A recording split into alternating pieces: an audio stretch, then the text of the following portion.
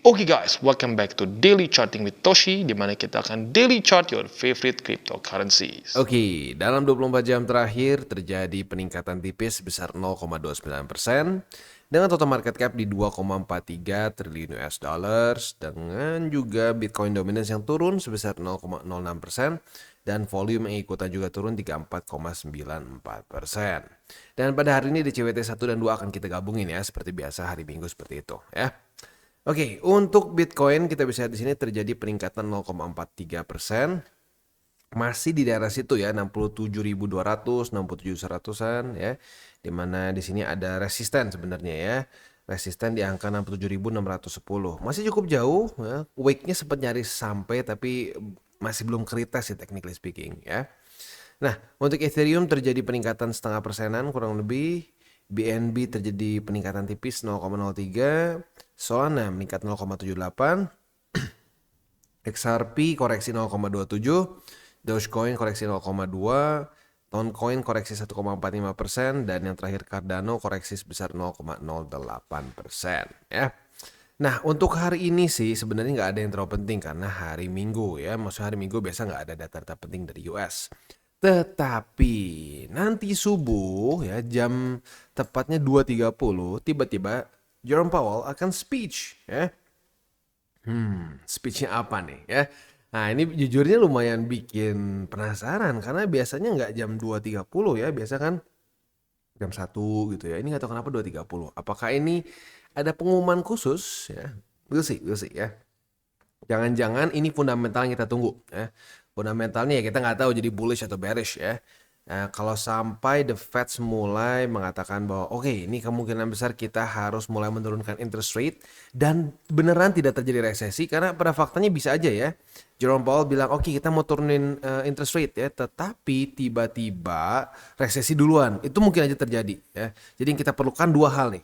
Yang pertama adalah penurunan interest rate ya, dan yang kedua adalah apa? Penurunan interest rate ini sebelum terjadi resesi atau krisis di US. Kenapa? Karena seperti yang gue sudah ngomong sampai berbusa-busa sebelumnya ya, interest rate turun nggak berarti langsung selamat ya. Kalau kita lihat di sini, waktu turun di 2020 itu bisa ada peningkatan dulu ya, peningkatan dulu seperti kita bisa lihat di sini nih. Nih, bulan pertama turun, apa yang terjadi? Bitcoin meningkat dulu nih, set. Tapi udahnya turun lagi ke bawah. Alasannya kenapa? Bukan interest rate rendah alasannya. Alasannya adalah karena US masuk ke resesi. Begitu. Nah, jadi kalau sampai US masuk ke resesi, interest rate rendah pun tidak akan bisa ya awalnya tidak akan bisa menolong dulu. Nanti pelan-pelan dari cover, interest rate rendah akan membantu untuk meningkatkan liquidity dari mungkin orang-orang yang tadinya nganggur terpaksa harus TP Bitcoin, TP saham mereka, mungkin harus jual mobil dan seterusnya. Mereka pelan-pelan get back on their feet. Setelah itu ya mulai naik lagi ke atas dengan liquidity yang besar begitu ya. Nah, jadi sekali lagi yang kita perlukan adalah ini turun ya, interest rate turun, pelan-pelan gak usah jer gitu langsung ya. Pelan-pelan aja turun pelan-pelan, tetapi apa? Tetapi tanpa resesi. Kalau itu bisa terjadi di waktu bersama juga dengan balance sheet ya. Balance sheetnya juga kalau kita di sini naik, sekarang kan masih turun nih, lihat nih, masih turun, interest rate tinggi. Ini masa-masa QT disebutnya, quantitative tightening. Nah, kalau ini bisa turun dan ini bisa naik, nah itu termasuk dalam suatu QE, quantitative easing ya. Nah, jadi kalau itu bisa terjadi tanpa resesi, itu akan membuat cryptocurrency market in theory rally. Lanjut lagi ya. Tapi kalau ternyata ya tidak ya, faktanya malah mungkin dia malah apa terjadi resesi, ya kita harus siap juga dengan resiko resesi. Resiko resesi itu drop signifikan ya. Ada yang kayaknya nggak suka kalau gue sebut angkanya, ya lu cek sendiri deh ya. Ini toolnya nih ya. Betulnya kayak gini lu cek sendiri berapa persen gitu ya. Oke, itu kurang lebih gambarannya. Gitu, itu resiko yang harus kita siapkan karena The Feds ini ya jujurnya kalau mau dibilang susah nggak kerjanya susah. Ini nggak gampang loh kerjaan dia ya. Karena ya lu kebayang sih lu harus ngatur satu negara yang sudah maju itu sangat ribet. Sangat ribet, banyak banget moving parts-nya. Begitu. Jadi kebijakan dia harus bisa mengakomodasi semua orang gitu. And that's hard ya. Udah sih, besok cuma itu aja. Jam 2.30 subuh ada Jerome Powell akan speech. Semoga speech-nya tidak terlalu merusak market begitu ya. Nah, Selanjutnya sih secara TA ya, gue udah pernah bahas beberapa kali sebelumnya. Secara TA sekarang Bitcoin bullish. Tetapi ini literally kemarin ada komen yang bagus banget ya. Ada yang ngerti banget ya dilemanya gue. Secara TA ini mulai bullish, jelas ya. Mulai bullish, ini nggak bisa didebatin lagi. Higher high, higher low, higher high. Mulai bullish. Tetapi fundamental seperti yang gue bahas tadi, itu ada apa ya? Ada satu monster yang kesannya bisa menginjak kotak kita gitu loh, yaitu resesi. Tapi bisa juga di waktu bersamaan tuh monster ya udah hanya lewat aja gitu. Tergantung tuh monster merusak kotak kita atau enggak gitu loh. Nah, keren banget. Kemarin gue lupa ada subscriber kita siapa ya yang komen literally percis itu ya. TA mulai bullish, tapi fundamental ada resiko besar yang kita harus sadar. Ya lebih baik kita siap-siap. Just in case ngedrop, kita nggak akan kenapa-napa karena kita sudah siap gitu ya. Intinya apa siap-siap tuh ya, jangan all in, ya jangan terlalu over leverage gitu karena kalau sampai terjadi seperti di 2020 ya itu bisa berantakan begitu ya. Dan ini lucu juga ya ngomongin soal subscriber, rata-rata sih bagus ya menurut gua tuh kayak 90% positif dan rata-rata kayaknya lumayan mengerti dengan apa yang menjadi filosofi trading gua begitu. And that's good ya. Tetapi kemarin satu ada ini ya, ada report sedikit ngakak ya. Lagi-lagi gini ya, pembagian tugasnya tuh gue research. Satu tuh lebih ke business end, berarti dia ngelihat YouTube-nya, dia ngedit dan seterusnya ya. Jadi kalau ada yang report-report biasanya ke dia. Nah, kemarin ada yang komen, katanya gini ya, apakah bijak melihat apa namanya candle ataupun skenario-skenario sudah terjadi dulu? Ya sekarang gini, kalau dengan logika seperti itu ya, dengan logika seperti itu, kita sebagai spesies akan tamat kalau kita tidak belajar dari masa lalu. Ini, misalkan nih ya kita waktu zaman di gua nih ya, manusia gua misalkan, kita keluar dari gua kita. Ada teman kita makan jamur, ternyata dia mati. Apakah besok kita akan bilang, oh itu mah di masa lalu, kita nggak akan tahu masa depan. Ini jamur siapa tahu besok udah oke. Enggak dong. Kita belajar bahwa itu jamur beracun, jangan dimakan gitu. Sama dengan TA gitu. Kita ngelihat, wah kemarin tuh rally loh ya. 2020 tuh rally loh ya. 2020 rally seperti ini. Udah gitu kita tahu bahwa tiba-tiba terjadi resesi ya, terjadi interest rate yang turun bersama dengan resesi.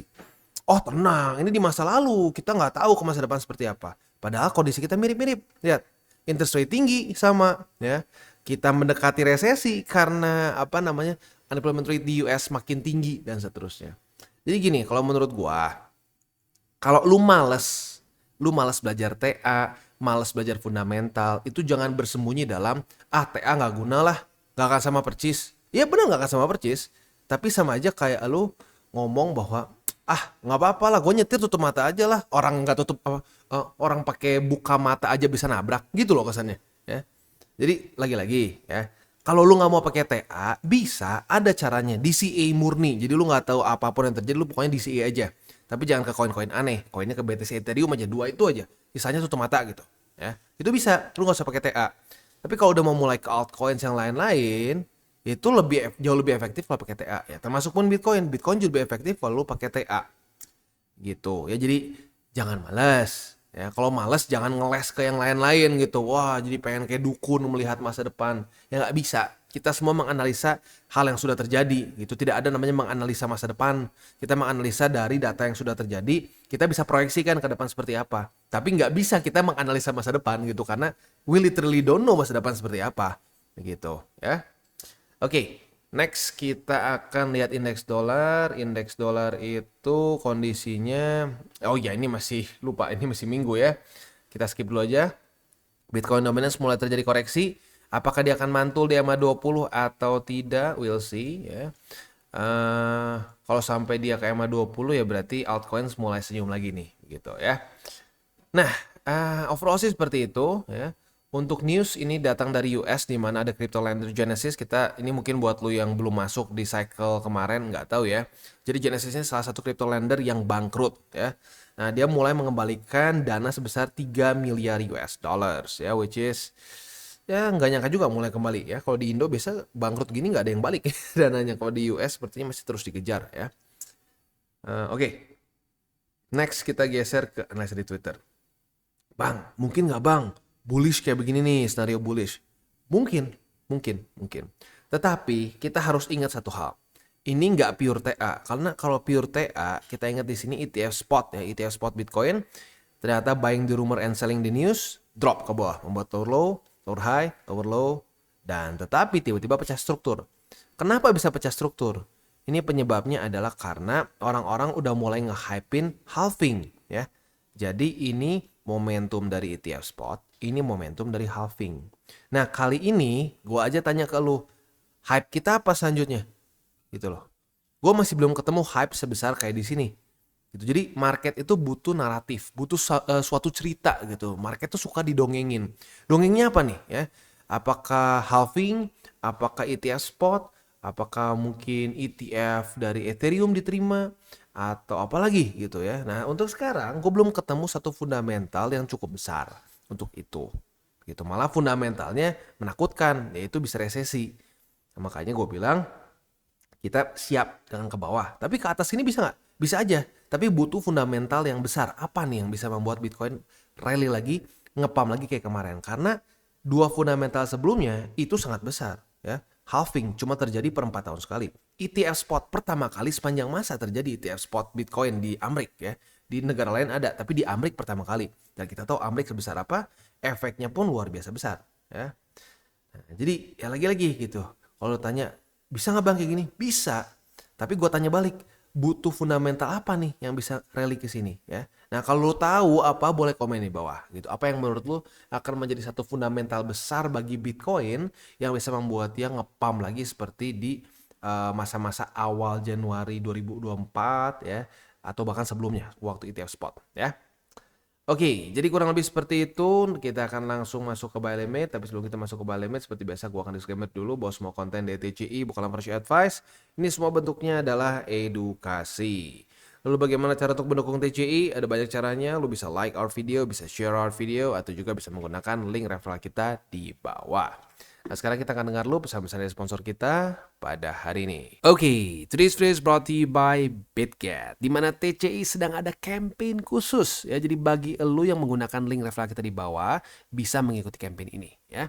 Deposit 100 USDT bisa dapatkan maksimum 50 USDT. Bagaimana cara ikutannya? Kita langsung bahas aja. Yang pertama, ini tugas yang paling gampang.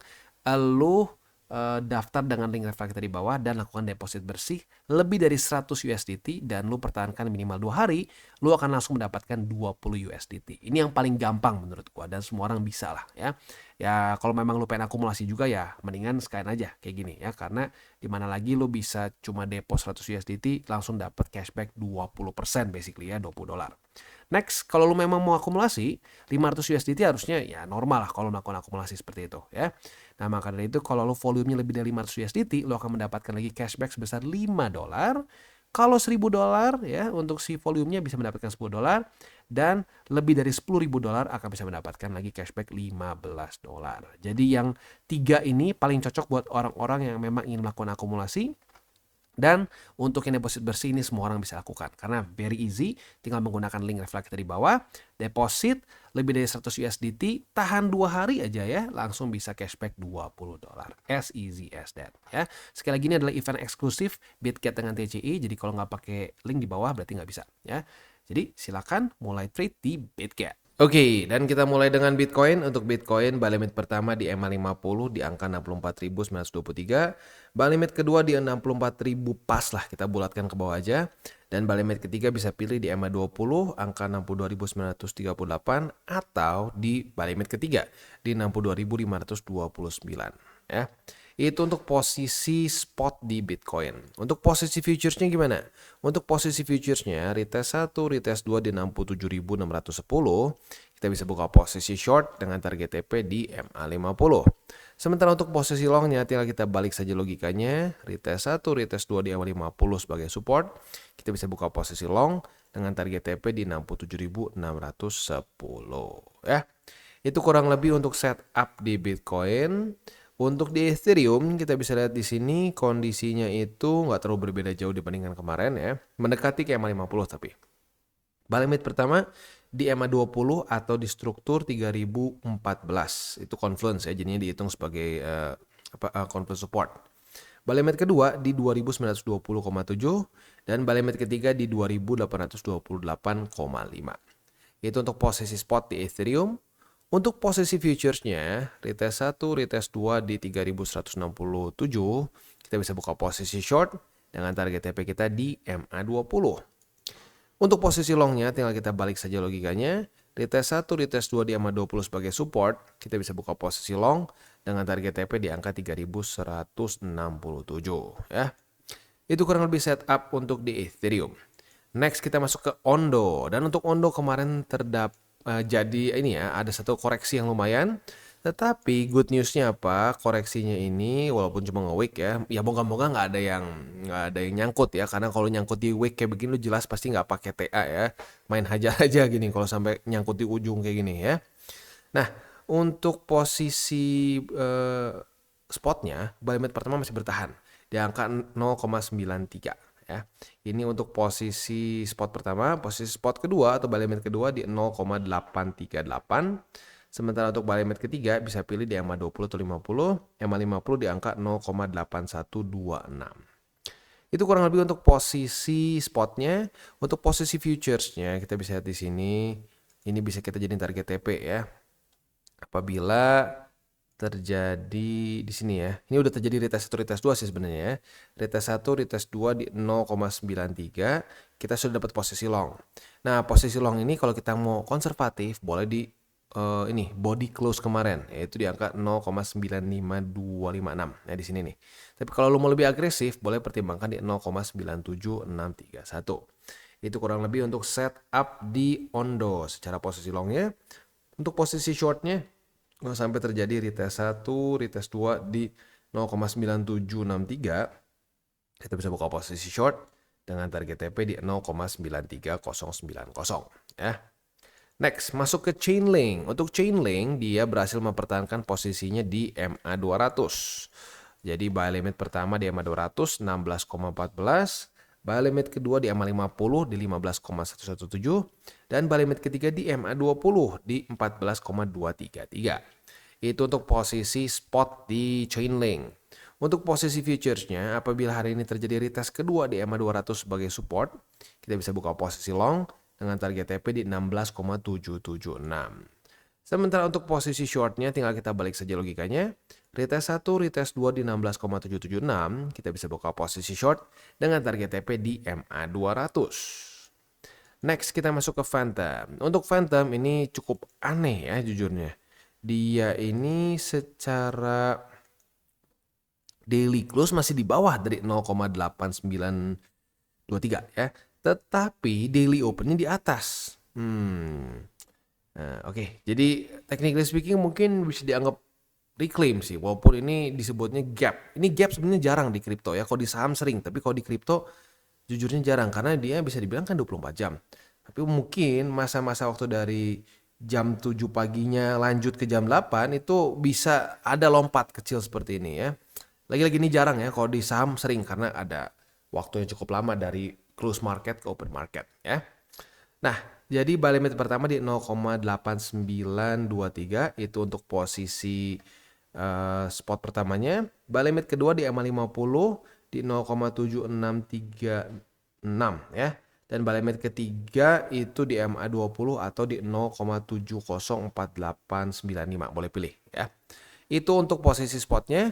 Untuk posisi futuresnya ini gue bingung sebenarnya ya. Nggak kebuka posisi short. Karena ya opennya di atas gitu. Jadi kita nggak dapat posisi short.